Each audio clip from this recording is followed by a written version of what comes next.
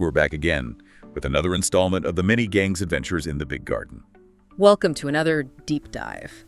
Today we're shrinking down, again actually, to explore the latest buzz in survival games. Grounded 2. We've pulled together insights from, lots of game reviews, developer statements, community chats, trying to give you the essential nuggets. Indeed. And our mission today really is to unpack what makes this sequel tick. Is it just more grounded or something genuinely evolved? We'll be digging into the gameplay, the new features, some sound pretty game-changing, and importantly, what it's like jumping in right now, given it's launched in early access. Right. So for anyone maybe new to this, the first Grounded was brilliant. It put you in the, tiny shoes of teens, shrunk down to bug size, surviving in a suburban backyard. It really captured that whole Honey, I Shrunk the Kids vibe. Millions loved it. Grounded 2 brings back the same 4 teens, Max, Willow, Pete, and Hoops, but whisks them off to a totally new and much bigger environment, Brokallo Park. And the scale here is, it's kind of staggering. At launch, this early access version of Brokallo Park, it's already as big as the entire first game's map was at its full release. Plus, the developers are saying it'll eventually be 3 times that size. It just completely redefines that feeling of being tiny. Things like a discarded soda can. It's not just trash, it's a huge climbable landmark. Reviewers mentioned a dirty old camera becoming this almost alien structure with spiders making webs inside, or even spill juice turning into these massive sticky lakes you have to navigate. It changes everything. Wow, okay. So they're really doubling down on making the mundane feel epic. And it sounds like the park itself, while maybe looking inviting, is still packed with dangers for someone so small. But they've thought about newcomers too. You mentioned it's a good entry point. Yeah, they seem to have made a real effort there. There's an opening newsreel, kind of like a recap of the first game's plot. And the tutorial's pretty generous. Introduces the core ideas: gathering, crafting, building, hunger, thirst, without just throwing you in the deep end. Okay, so the basics are still there. Harvesting twigs, cooking ant bits. Lovely. Keeping your canteen topped up with dewdrops. Exactly. Those core survival loops remain. But, and this is key, Grounded 2 adds some really significant quality of life improvements. Things that just smooth out the experience. Ah, yes. This is where I got really interested reading about it, the Omni-Tool.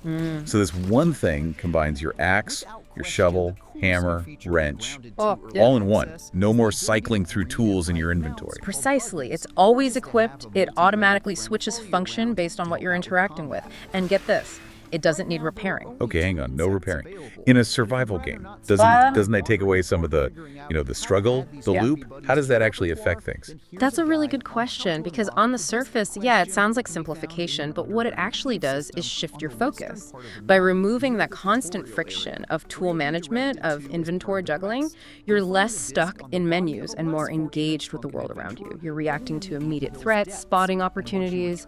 It makes the survival part more dynamic, more about real-time decisions, and you still need to upgrade it using raw science points, which you get from scanning things or doing ranger challenges. So progression is absolutely still there. Upgrading lets you harvest tougher resources, unlock new recipes. It's not just easier, it's streamlined, smarter. Oh, that makes sense. Okay. So you're constantly scanning, analyzing plants, bug parts, Yes. whatever you find, and that directly fuels your crafting. Better armor, base defenses, which you definitely need when an Orb Weaver decides your base needs a hostile takeover. Exactly. It constantly pushes you to explore and experiment. Every little discovery might unlock that next crucial upgrade. Now, something else generating a ton of buzz. Buggies. Rideable insect mounts. That just sounds amazing. Getting around that huge park must be tough otherwise. Is it just about speed, though? Or is there more to it? Oh, much more. Speed is definitely part of it. Traversing that huge space is way faster. But they're more like multi-tools themselves. They offer extra storage, like walking backpacks. They help you in combat. Some can even gobble up small resources automatically so you don't have to hop off constantly. Huh. Like what kind of mounts are we talking? Well, the first one you're likely to get is the Red Ant Soldier. It's tough, can carry heavy stuff like grass planks, chew through obstacles, and it can even command a little group of worker ants to follow you. It's like your own little ant posse. Reviewers called it an ant-shaped Bugatti, which I thought was pretty funny. Later, you can apparently get things like a giant Orb Weaver mount. Wait, you can ride a spider? Yep. It lets you crawl across webs, reach high places, and it even has a roar to scare off smaller bugs. It really opens up vertical exploration.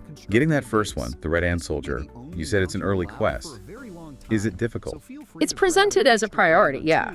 It involves hunting some pretty tough creatures to get your hands on a red ant soldier egg. So it's a challenge, definitely requires some preparation and decent gear.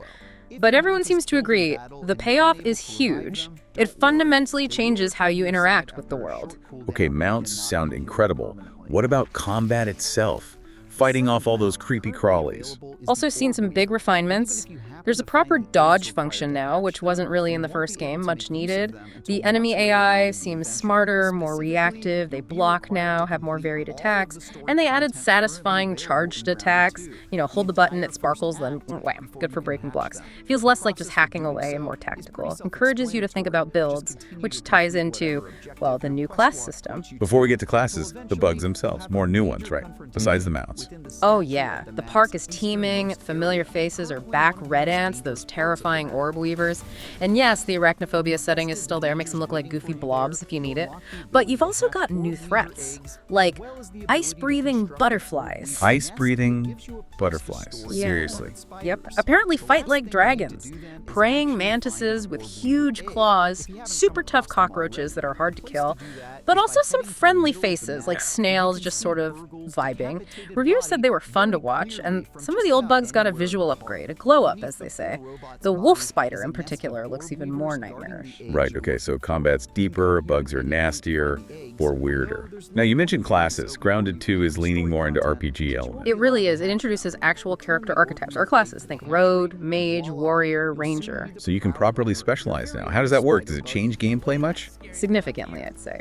You can build into these roles with specific gear and stat bonuses. So a rogue might use dual daggers, focus on speed, critical hits. A warrior could go sword and shield, heavy armor like the ladybug set, be the tank. Mages use these staves, not actual magic, mind you, more like elemental ranged weapons fire, ice, that sort of thing. And rangers, well, bows and traps. It adds a much deeper layer of customization than the first game, where builds were more emergent, I guess, less defined, really boost replayability and makes co-op potentially more strategic, you know, having a balanced team. That sounds fantastic. It's the kind of depth maybe you didn't realize was missing until it's there. And I saw some fun fan theories about this. People on Reddit suggesting the class systems like the teens actually playing their D&D game Minotaurs and Myrmidons while shrunk. Yeah, I saw that too. It fits, right? Given Pete's obsession with Eminem in the first game and Max talking about stats, a neat little meta idea suggesting they're sort of role-playing their own survival adds charm. Definitely.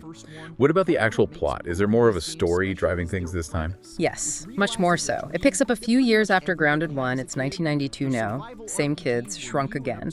And Ominent, that shady corporation from the first game, they're back, seemingly doing dodgy experiments in Brokallo Park. There's also this persistent threat, this mystery called a shadow that follows you, which seems tied to Ominent and urges you to uncover their secrets, find hidden labs.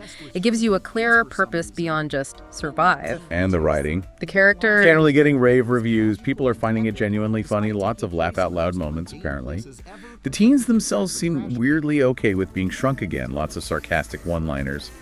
And your main contact, the scientist, Sloane Beaumont, she's described as having this brilliant, vaguely evil stepmother routine that's really memorable. It makes the whole thing feel more like a proper adventure, less just a sandbox. Okay, it sounds amazing, but we need the caveat. It is early access, right? Yeah. What are the rough edges people are finding? Absolutely, crucial point. It's still very much in development. Reviewers mentioned that while the initial playable area is huge, like 25 hours of content already, lots of the park is still blocked off, under construction, and there are technical issues.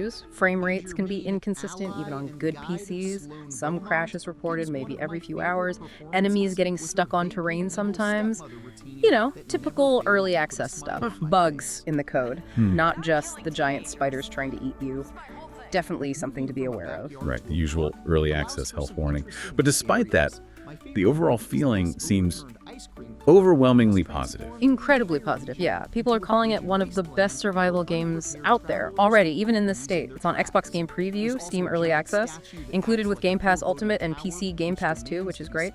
And it has cross-saves between Xbox and PC. Seamless. It really speaks volumes about the core gameplay loop and the potential here. So, summing it up, Grounded 2 takes that formula we loved, polishes it, expands it massively, adds game-changing stuff like the mounts, the Omni-Tool streamlining, the deeper RPG classes, all in this huge, beautifully realized park setting. It's basically grounded, amplified. Precisely. It's still early, still growing, but the foundation laid by Obsidian and now Eidos Montreal seems incredibly strong.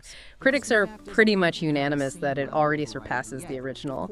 The mix of exploring, crafting, fighting, now with more strategy, it just clicks. Looks like hours and hours of fun. Sounds like whether you're an old hand from the backyard or totally new to being tiny, Grounded 2 is shaping up to be a must-play adventure. Definitely seems that way. Which kind of makes you think, doesn't it? If you were shrunk down in your own local park, or even your backyard, what everyday object, what piece of litter or discarded item would suddenly become the most imposing landmark? Or maybe the most vital resource you'd need to find? Makes you look at the world a bit differently. And we're rolling. Take 52. This is Sloane Beaumont speaking. Yes, from the commercials. Ominent spokesperson, chief strategy officer, and you know what, I'm just gonna say it. Friend. Listen, I was given the chance to run a massive clandestine research project out of the local park. And the work that we are doing is, how do I say this without saying it? It's scary. I shouldn't say it's scary. Our team is doing it new Ominent style, baby. So, no leaks. No teams. Just calm, cool science.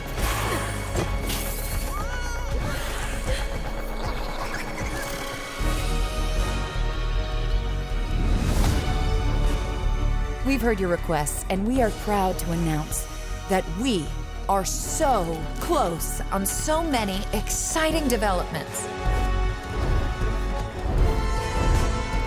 It hasn't been easy. Yes, the fatality rate for our employees seems bad, but you know, if you do compare it to other city park miniaturization research programs, it's really not, you know, forget this.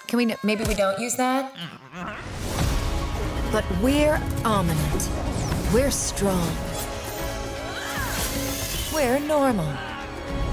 It's going to be amazing. Okay, when you see where this whole thing is headed, you are gonna smile and shake your head and think, I can't believe she did it. Or we did it. You'll be so proud to have been there from the beginning. You might even, you know, feel something.